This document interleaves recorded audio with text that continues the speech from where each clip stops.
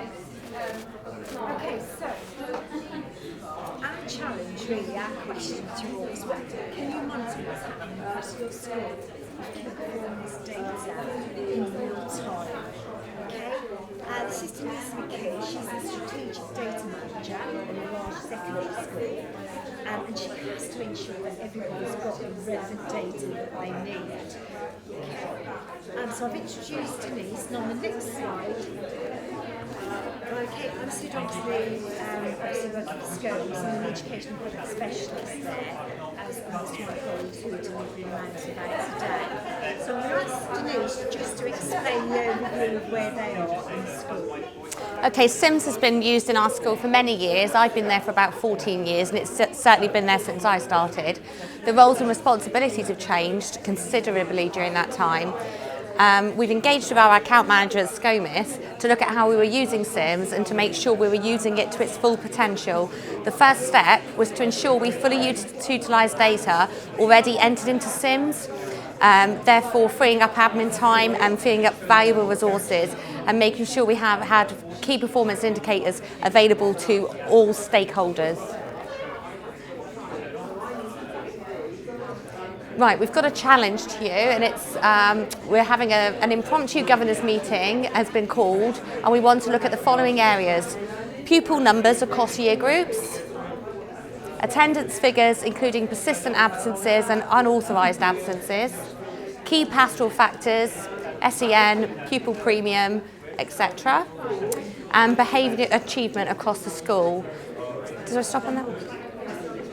How do you collate this information and present it in an anonymised report? Would you know where to look for that information? You would you?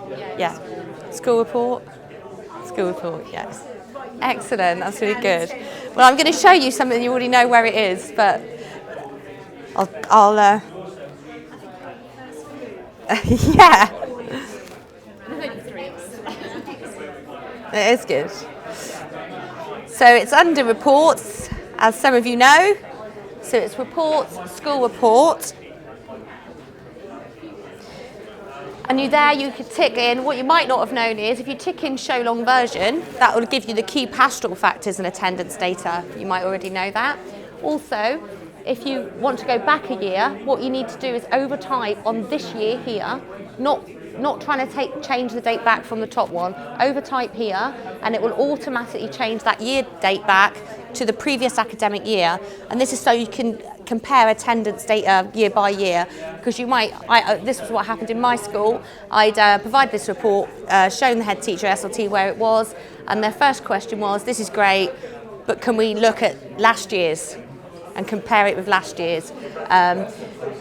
So that's that there. So now I'm just going to, we've run a school report. So I'm just going to go through and show you, just as a reminder of what it does. You can see you've got the year group totals across on the first page. Then we've got the key pastoral factors, number in each group. Again, great information that governors might want to know, or anyone in a meeting. You can also export this report out to either a PDF or an Excel spreadsheet. What's good about Excel spreadsheets obviously is you can copy those parts of the information out and put them into other documents for meetings that you might need. You might not need all this information. Go down to one more, show you a bit more. And it carries on through. I just wanted to get to the behaviour section. And then we've got conduct summary, giving the behaviour incidents across the school and exclusions. For instance, I showed this report to head teacher's PA. She was doing exclusions. She was running all sorts of reports just to get this one block of information now. So I've saved her time, or Scomis have saved her time, for having this school report. Achievement details there. And then if we just go down one more, there it gives you the behaviour details by year group, so you can look across straight away. Is there a homework issue with a particular year group?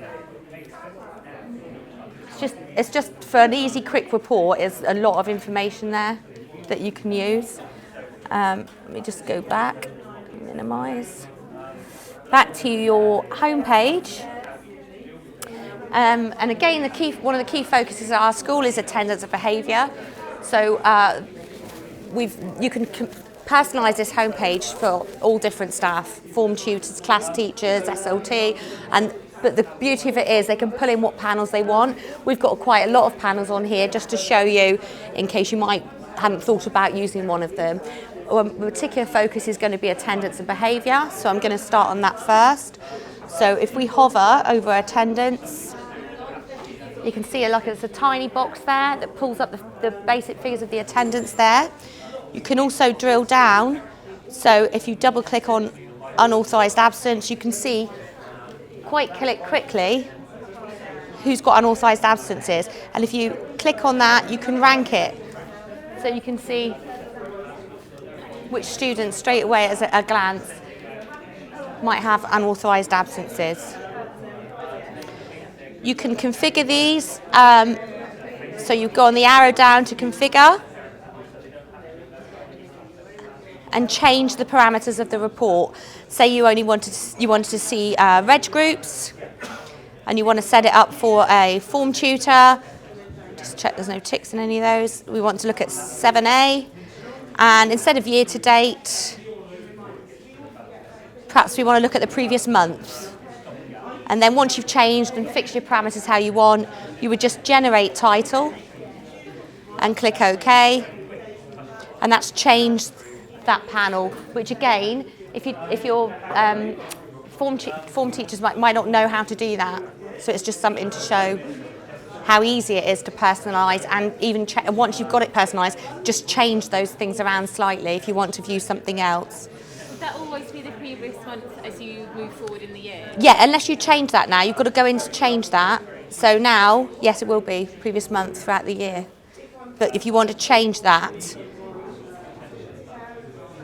you can change it, yes, as you go through the year, yeah, that will be, because that's February. So as it goes into April, that will be the previous month still. So you don't have to go. No, you don't have to change. If you want to keep previous month all the time, that's fine. Okay. But if you want to change it to year to date, then you just, or you could have two panels running. Yeah. You could have more than one panel running and save you having to change it. If that's something you particularly want to look at, have more than one panel with your attendance for your form group, or whatever. We've got a missing registers notification panel here. That's particularly useful for anyone doing the attendance officers. So she's got her missing registers. To chase up a teacher, she simply ticks in the boxes, then arrow down, and send message. And then our attendance officer uses this daily. I don't know if our attendance officer uses that. Yeah, so it's good to make sure, because unless you've told staff about it, they might not have configured their own page. You know, so just double check. I went and double checked, and she said, yeah, I'm already using it. So she must have been on an attendance course with Scomis, and they must have told her about it. I'm sure I've seen our Sim's homepage, and I'm sure she's forgotten it. We're coming to the behaviour panel now.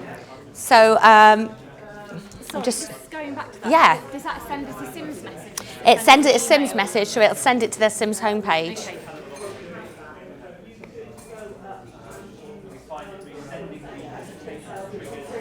And if they will have Sims open if they're doing electronic read, they might just have forgot to press save. That's what happens in our school. Yeah. No, I have done it. No, you didn't click save, and that message popping up will make them click save. Okay. So if we go to the behaviour summary panel, again, if you hover over them, it tells you what each of them are: fighting, homework. So we're just going to drill down again into behaviour. And again, you can see, you can rank this. I'm going to rank it this time, instead of reg, I'm going to rank it on class to see if we can see it, anything really stands out. And if we scroll down, we can see straight away that there's a problem with this year 9 maths class. So, I mean, it could be they've had a supply teacher in there for a little while. It could be an NQT that perhaps needs more support who's in there. But it's something you would investigate further. It could just be that some of these students aren't perhaps good together, and maybe a student needs to be moved, or a couple of students split up. It's just something that you would then have a conversation and investigate further about it. But it's a very quick view. I mean, this is something maybe the year coordinators would find really useful. You just So that's behaviour. I just wanted to show you as well, up here on each homepage, we've got this quick search. So if we type in, you just type in 3 letters of a name. There's just, you can type in 2 letters. It's just that quick. Say it's that quick, it's coming up. And then instead of going into the student record, you just hover over one and it pulls up that information without you having to go straight into their record. So this is really beneficial for teacher. Maybe he's got a few phone calls to make that night, and they also want to check that, you know, before they phone the parent, was he even in today? It gives you their attendance, their lesson attendance for that day, all in one hit without having to actually go into the record, which can be, I mean, useful for the attendance officer. They've got a phone home or just to show you that. And Sue, I think you were going to let them know about these 3 attainment panels. Okay, so currently what are you doing in terms of assessing backlogs? Are you using Sims? Are you using something? With Sims and then extracting into a SysRep. Yeah, so Analysis. we use this I'm from an SEN school, so we have our own bespoke frameworks. So I've just created Excel spreadsheets and analysed them. But having seen some of this stuff, if I could try and make the Sims version bespoke, and then I might be able to reverse it and work better. Brilliant. The same, but it just wouldn't take so long. Yeah. Well, the only reason we pulled this up on here is because you are obviously doing data drops in Sims, which is exactly what Denise does. And Denise currently does exports, okay, but she does the data drops. So, for instance, here we've just taken a Year 11, Year 10 autumn results set, and I'm looking at some Key Stage 3 programme study. So at least each subject class teacher, if they configure their homepage, they can see how their particular cohort is doing. More importantly, obviously for secondary school, the focus is going to be on your GCSEs. So on ours here, we can quite clearly see, looking at these figures here, okay, how many we've got under each of these levels. So I would be quite interested to see under here how my English, how my maths, because they need them or else they're going to be doing that retake in the autumn term. And you can very quickly just click in to see those who are looking at a 4, which is basically a standard Bring that pulled up down. they come up, you can start to target them and see if you can get them to that capacity 5. Okay, equally, you may see some people clicking in and you think, actually, they can do better than this. What's the problem? That's when potentially you might want to put some interventions in place, put on additional sessions to help them, perhaps some review sessions. Okay, so you can do all of that. The other thing is to let you know there are a lot of resources, in particular Stage 4 resources. There is across the primary level as well, but a lot of Key Stage 4 resources, you can map certain aspects and you can generate these analysis reports. So if you are looking at your good level of progress, if you are going to look at attainment A or your EBAC subjects, it does all that for you, and it also breaks it down into your key pastoral factors. So, you know, you have got another level. Okay, Capital's priority at the moment is they are working on looking at the reporting systems. One of the key areas they are addressing is the areas where people are likely to go to SysRep or Matrix. Okay, so it is a case of watch this space because I think it will happen eventually. We wanted to show them at Marksheet, didn't we? Should I go to that? And you're probably familiar with these if you are Yeah. running them. I appreciate you've got your spreadsheets, but you can create mark sheets. Okay, you can create them so you can put in data. Okay, and you can put in formulas whereby it will tell you, yes they're on track, no they're not, etc. And obviously this is some average figures on the app and all that type of thing. But what Denise is going to show you is because you've got this data everything we've shown you, the data's only been entered once. You can also, on these mark sheets, add all this wealth of information. So you can put on your percentage attendance, you can put on your pupil premium, you can put on your SEN. You're just building a picture. And Denise will just demonstrate what she's found. We put admission date on, especially for year 11, and then you can sort on that. You just click twice, and then we get our mid-year transfer students, which now can become a target group. You can then create user-defined groups just of your mid-year transfers, because quite often, you can see here, there's not much data entered. Quite often, they can be they don't achieve their full potential in GCSEs because they've moved schools. You could put interventions in place to try and bring them up, maybe a bit more clever about thinking what they should have been entered for in the first place. Sometimes they can really pick up with BTECs if they join mid-year. And some of the discussion when they actually join as to which subjects, because I don't know what your schools are like, we have quite a few join mid-year in year 10, and it's quite hard to get them to catch up. And just being able to identify them quickly like that on mark sheets is really good. Also, you can do it with your attendance. I'm sure you already know all this, but you can double click and rank your attendance as well. Let me just go back to the home page. Just wanted to show you favourites. We're looking at students. We've made 4 favourite students here. These are students of particular concern. So we've put them on the favourites so we can easily get into their area and obviously remember who they are. If you put these on a favourite, you might be a Wyco who's got 100 odd. I'm sure they'll know who they are. But we just double click into his record. And then on the right hand side, if you look at student teacher view, and we click on that, and straight away you've got more information about him. He's got 120 behaviour points, 100 achievement points. It says over here he's got 4 lates, his attendance is quite low. It's just something, a bit more information that you can get from him. It gives you his achievement record, behaviour record, and also we have here is the intervention tracking, which Sue is going to tell you a little bit more about. I don't know if you're aware that you've got interventions and SIMs. Okay, interventions is free within your licence. And what we've done for Gary here, he's obviously his attendance is pretty bad, so he's been set an intervention. And with interventions, what you can do is create an intervention. So, for instance, improve attendance.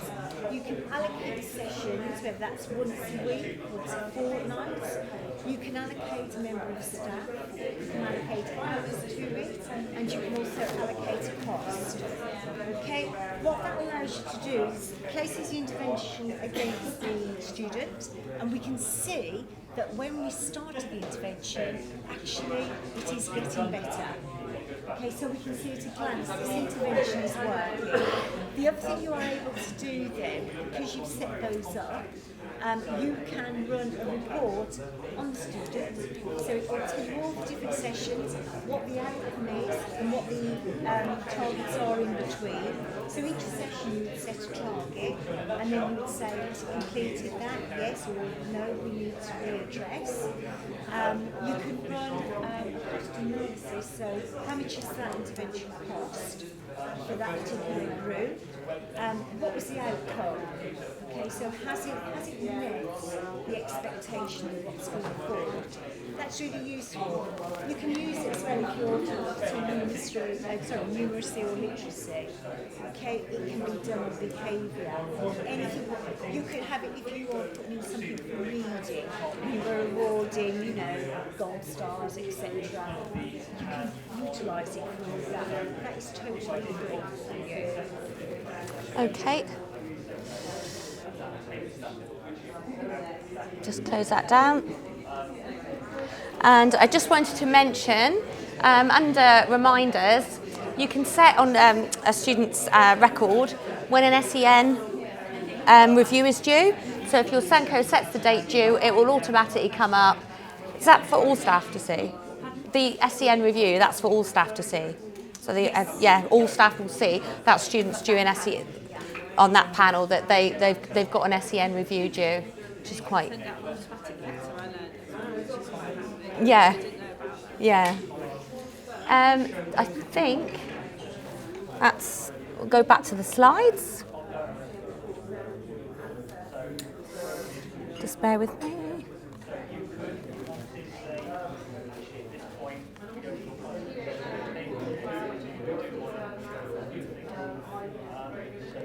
Oops. There we go.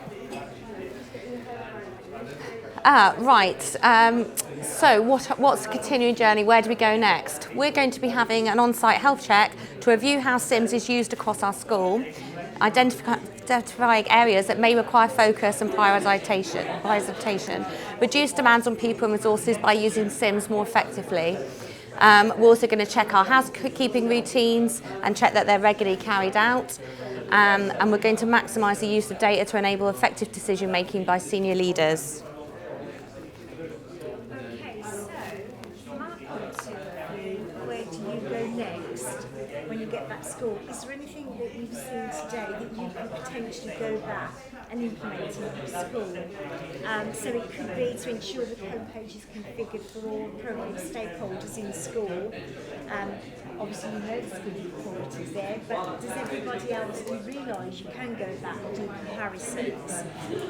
Make sure your teachers have got access to that student-teacher view, because that's really powerful. You're doing registration in the classroom, yeah? So again, that is something that's so quick and simple. It's literally, you pull up your register, you flood fill if they're here and just mark out the ones they're not. Really, really powerful. Request a visit from your account manager. You are entitled to a free account manager meeting each year, and that can be as long as short as you want it to be. And that is not us talking to you, that is us having a dialogue with you, how we can help you move forward. Okay? So if there's anything you've seen and you want a KB, just speak to our juniors bar, they'll give you a KB reference. If you need to know who your account is, they will actually tell you, they've got a list. Anything else, if you're thinking of embarking on perhaps using SIMS assessment, have a word with one of our consultants, okay? Consultants hub at the top. Or, again, your account manager can have that discussion to put you in touch with the right people. But just all we're trying to say is everything you've seen is applicable to primary, secondary and special schools.